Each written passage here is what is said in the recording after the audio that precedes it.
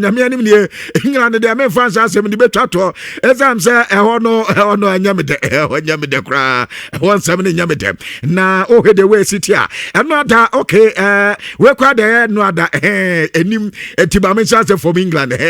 na okɔ England a ɛno Manchester to dwa na Aston Villa boboko no wo mu at Sunderland ɛpɔ mu ntranan wo mu timu miansa afɛ Liverpool wo mu kɔti Everton ɛpɔ mu ntranan me no wo mu timu baako Northern Forest setna fie ɛte Burnley bomb tranan womu so etemu ba ko Manchester City womu te Arsenal bomb 2-1 na mom nyame anim ne yese yebre na Arsenal for de mo de broken heart pa Mikel Arteta ne Arsenal Emirates boys person me de Arsenal supporters Delali atase kafra dia en City for be nya de aka 3 points pe Arsenal for pa de mo yese ye hu na mo de masa papa Arsenal supporters na oko Terence Ria another match is to Jan Cremonese wamu enso ni towi no bosio Haras Voronya trafie Milan ekoto bo matna ba comment pisa etna fie mateno akobo mu 2-1 ana Juve ewoso ntramie no editira Bologna wamu som entimante na oko Germania sisi ade Bayern Munich league no manyante eno ye the 35th one wamagidi ese omana so wamu ti Stuttgart bo mu 4-2 ana Freiburg enso eti headen in born 2-1 me pato 1-1 na Borussia Mönchengladbach wo me menso 5 game no eno so etwani na me ko friendly gan AS Monaco Anwada womani oje osiel enso ebo 2-2 ani enya met boboko na womani Paris FC no so 1-1 afa Stade Brassois womani Nantes enso bo 1-1 ana Stade Rennais ekwachi Strasbourg ebo mo ntram yensa na abobia kawo dia chance PSG Fortuna fie Amalian etomo pom ntram yenu a womo so etimu baako eno ye dia todwa ewo pato friendly Ghana na no pe no mekatre edi ama na mame nyina we aso na Premier League table no memfa na ene hu baby obi ada abusia de tenie na Premier League ni matches eno kwa ya one match pen o Crystal Palace women West Ham United na ebo na yanya Italy awonso Lecce women Fiorentina ebo enti eno ya matches etotwa ewo yan Crawford man so na Arsenal ewo 70 points women na LED City tosumi no 67 enti aka 3 points pe no mo so Ag League na aka 5 games ebo na Manchester United tosumi ensa Manchester United our 58 points nyamie nim ne record we mempen maka enso ubayen den dia ya na ayo na Aston Villa etoso 9 womo our 58 points ana Liverpool our 55 points womo toso enum insia ya Chelsea our 48 points womo toso ensia enti baabi eja abusia yada no na mamenko Kudus Mohamed woni ne wa ne Tottenham Hotspur womo toso 18 womo wo man mako 31 wutimi se relegate no muguso mo dem an so mo he sane ma betima koye dia momentum aye reporter ta eba ewo dwumade se hope ne hia na mamenko Spain na meni nkoba kakra na uko Spain na reporter men se kanie once Barcelona 40 league bia wo mo ba bia omoko no omoko celebrate supporters no omoko tena ho na omakwa kwati omani enso ho na eho no adi aye kana Letas aye Fontaine na uko kana Letas Fontaine me pato reporter efi Catalonia Claudio ho edi eba yaso ko Barcelona the city council no wo sports councillor penyan din edi David Escude na David Escude si yanka mo biante se Barcelona edi league ni di si omna so a baby a normally omokwajo omani no kwabna mo chase ho omuntimi kwajo omani ho esanse omoye nnwuma bi ho na sa nnwuma na omoye no ho no ama Barca entimi enso kwa celebrate wo mo so aye trophy ni ho ani reporter firi Barca akati eba ewo dwumade so a na no pay miketre adama na league table na meka ho asem no aboade kwa di kan adama so no ni bibi na bode eda ono kwa de ka no nkwananka Chelsea Kratos 14 na nkane ni ade anope me be he obos de na Arsenal wo mo 5 matches aka and Manchester City 5 matches aka no ana me di hu dwuma adama Arsenal ni 70 dom wo bako home and also we go home to Newcastle. We go home to Fulham. Now we go away to West Ham United. Now we go home to Burnley. Now we go away to Crystal Palace. And here game Arsenal in their last 5 matches ne be determine so bet me at league na so mintimi no. We go City nso akati Antoine Semenyo. We go our 67 points. We go home to Crystal Palace. We go away to Burnley. We go away to Everton. Now we go home to Brentford. Now we go away to Bournemouth. No amabo home to Aston Villa and the Manchester City Subabo and where the ampato we team no me no supporter no bisa some betimi aja na say muntimi nye aja e de baby e dey Champions League ni adwene ho say ba qualify ho ana tese here na yes league no o fan percentage wise Zija the Arsenal na go lead no obi amu Arsenal mo hwa de ya see Arsenal our 43% so betimi adi league no City no ato so mienu ya City our 57 points there be 57% so betimi adi league ni dia sini na so anti Arsenal for the chance obi amu mo samu league na di mu atwemu 12 points maya mana ba be ka 3 wan e bebu mo di ja de league no sabapepe na nkomo no etiche na no pe no media ho ni bi adi edawo eye chicha hodo so Manchester Diabo but maminko Inter na meaning koma kakra Manola Kanji a player at the Inter Milan na abrantana kasa wasi atena wamu woko mo came as omobo anum aya Coppa Italia se omo betina eho ne bedina tena wamu ni komo game no betima decide se be kwati amoma na se en confirm am no se o anyame anim ne ade pa ya ne da so pa ya se na nkoma discredit no de se omo na so ane yesiri ananka Wamasan adi Coppa Italia no adi achi omuna so eba so no Manola Kanji ne first season na open here akara ni betimi atie pa na uhe league no so league no position omo danom kama pa essence the clear point advantage omo awo say omo 12 points behind at say womatri Manchester can say AC Milan ato akire kwa ana womayi Napoli so ato akire 12-point difference ana do mo 17 no utimi se league no mutimiti amane ye the only advantage of why say ombebo home na fe omonso ahweso metimi abiebio masie omonso aka 5 matches so omonso bo ombo wie no metimi poni ya omonso league no we betimati no maji pato Italian Coppa Italia no e de so omena so ne reporter Manola Kanji at the eba na anu ne ekobisa Mikel Arteta say opanyi nia wudi wuti mu ye mo ya 12 points mo ya na aba 9 afe aba 3 na dia moye mo ha ebebo de ano se de chance se utimi nya chance se de no omunya ye ya wo manche ya de ba no no wase nwiase de uye tim na nya chance he wo he ano de 2 points na de ko ba bi na no atimi abo na wantima ankwanko he na nya ayi pa ayi ya kan se chance na bubo botugu a eno de ebasa waso ba he ye pa eno ya de a ha adwene ye pa ana ye bisa se ene league no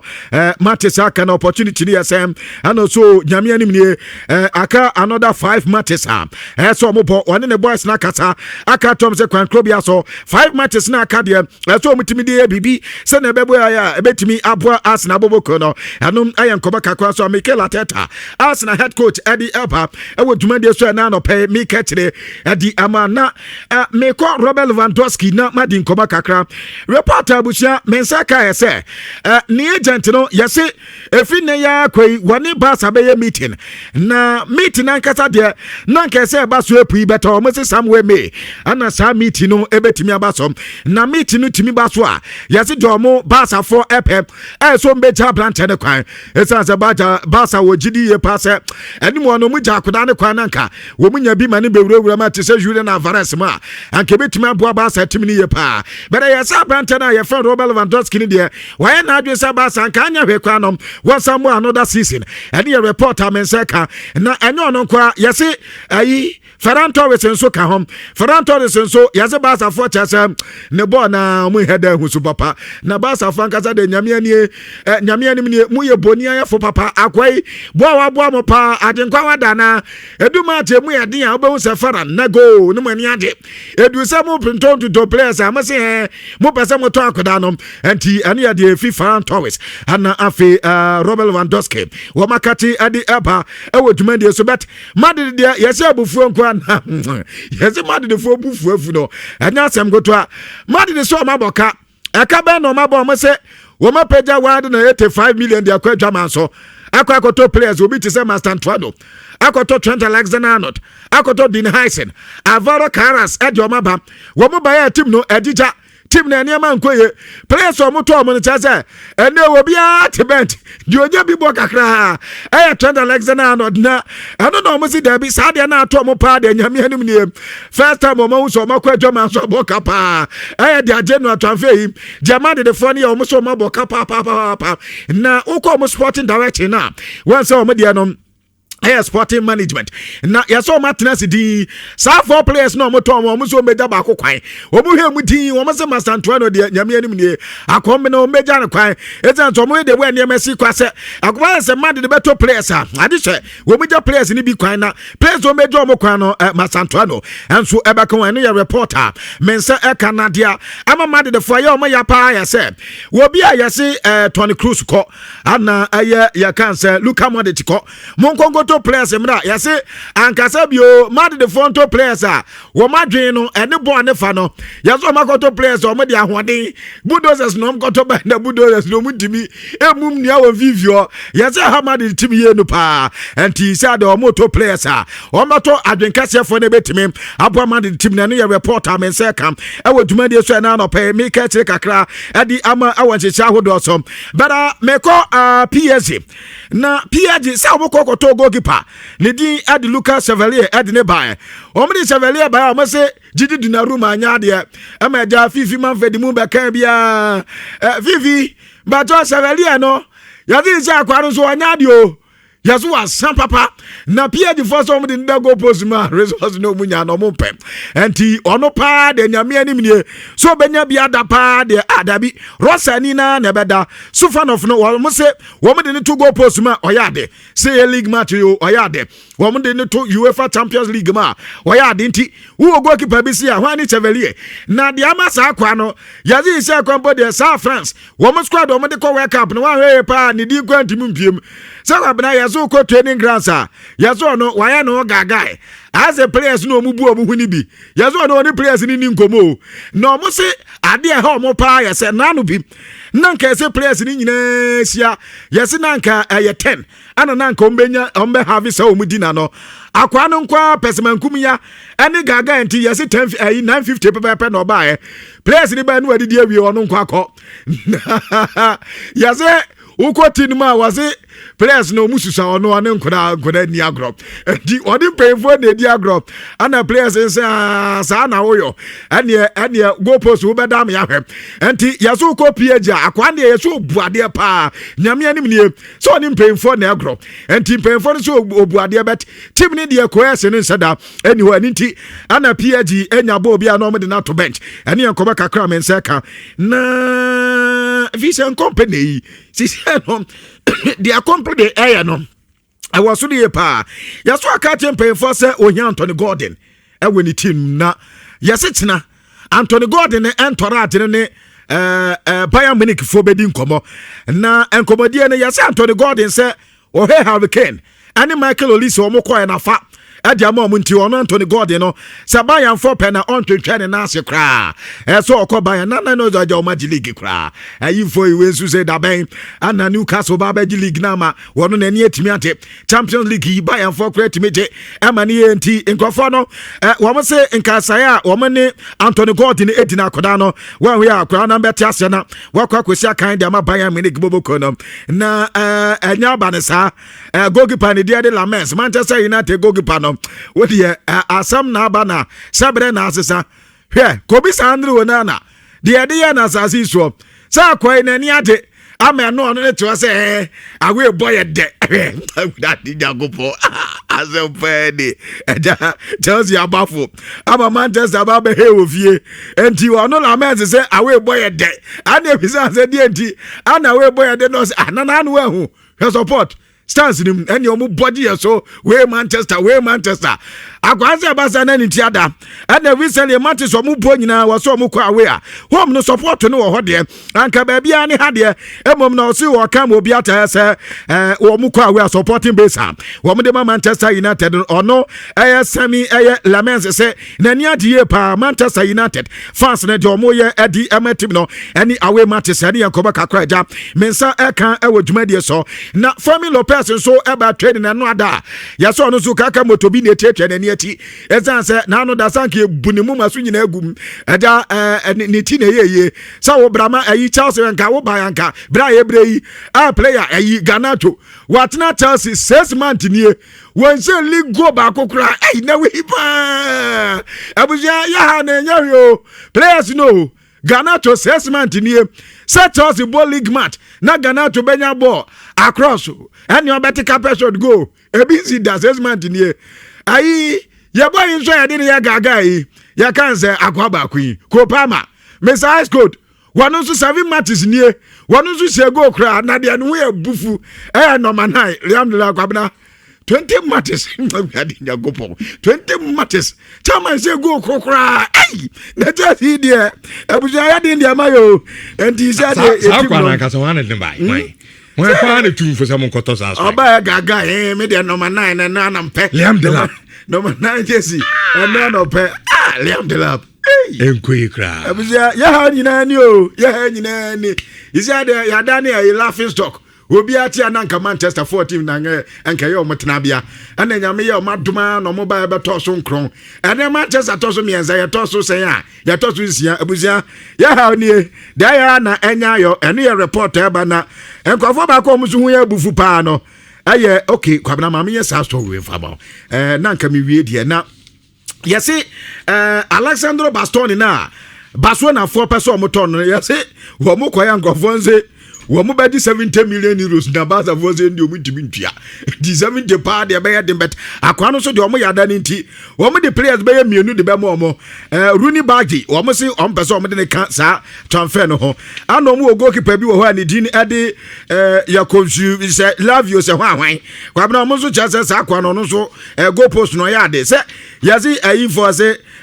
wo mo interforce yenso ma se wanyini nti no wo mo nya goalkeeper bi ana yazi Barcelona for ada do mo se goalkeeper no ho ya de pa na bizaze na o ya de na mo manista de go post dum ya se Barca for ka te go for say o ya de pa obetima ya backup e de ama yeso ba kwa na o ko Barcelona so backup akoda e woni o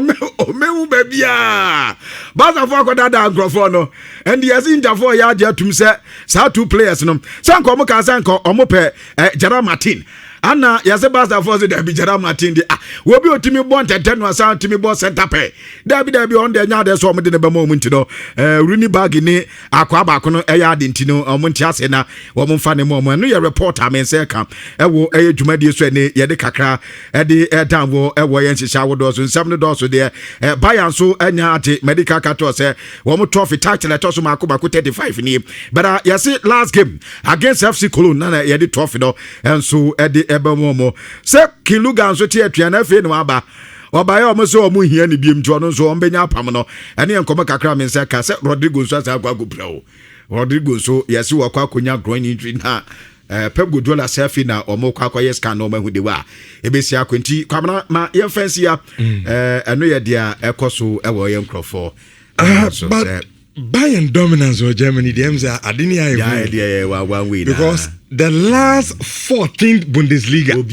Omajimu 13, 14 no mabon. Omajimu 13 last 14 one pen on my Nina. Omo aji edition na sunti na hode. Vincent come them to ejuma. Yeni ane ka so nya debat. Openini boy juma papa. Kwabena to da bia tikese ya na nyansa wo mu ma mu di atem huhu ba no anya hwekwa ma me be se wiye yinu ma dia kan ti passe sa na minim san kan nyansa wo sa wo de nyansa nim kura kwabena ti passe we de ene magum na ko so ho ye de oh ben den dia ye de edia anka me mpene san so enya ba no sa na gana chopa masao ready nya asemo Tiu, me Chelsea for na casamento asemo adentina monti asese team no enye enti Champions League emmo mo next season na mo nkopa yi ni bi mo ne sa when say dia BT say you were individual players or more very talented compared to Manchester United players now the highest in the team. Okay. Your players you need team. Okay. The tier pie hat Chelsea no. Kwabna your team you lose what 2009 of you and now with you just papa bia ni wa yabo. Now striker or kofa nanka striker we yanka Joseph Zeximun come on nanka yedi. But the message could only be say says ko say ya sempa beni. Ana tani ke gidu abona. Ni go we dia anya sapa dia. Ushia Chelsea ni bi o musa no no echechensebu enra minia George ewo Germany anope wa chechensebu sa no George me wo ha aduma kro yo so nye say I just wondering how you and Fifi are going to face your host tomorrow. I can't wait to tune in. I believe you are doing great. Manchester United. Na the emi ya ni sa Arsenal for ne ya kata ne maso. Eno an ha me no. Mi kana teta pa dia oye no. But anyway, it's for ni na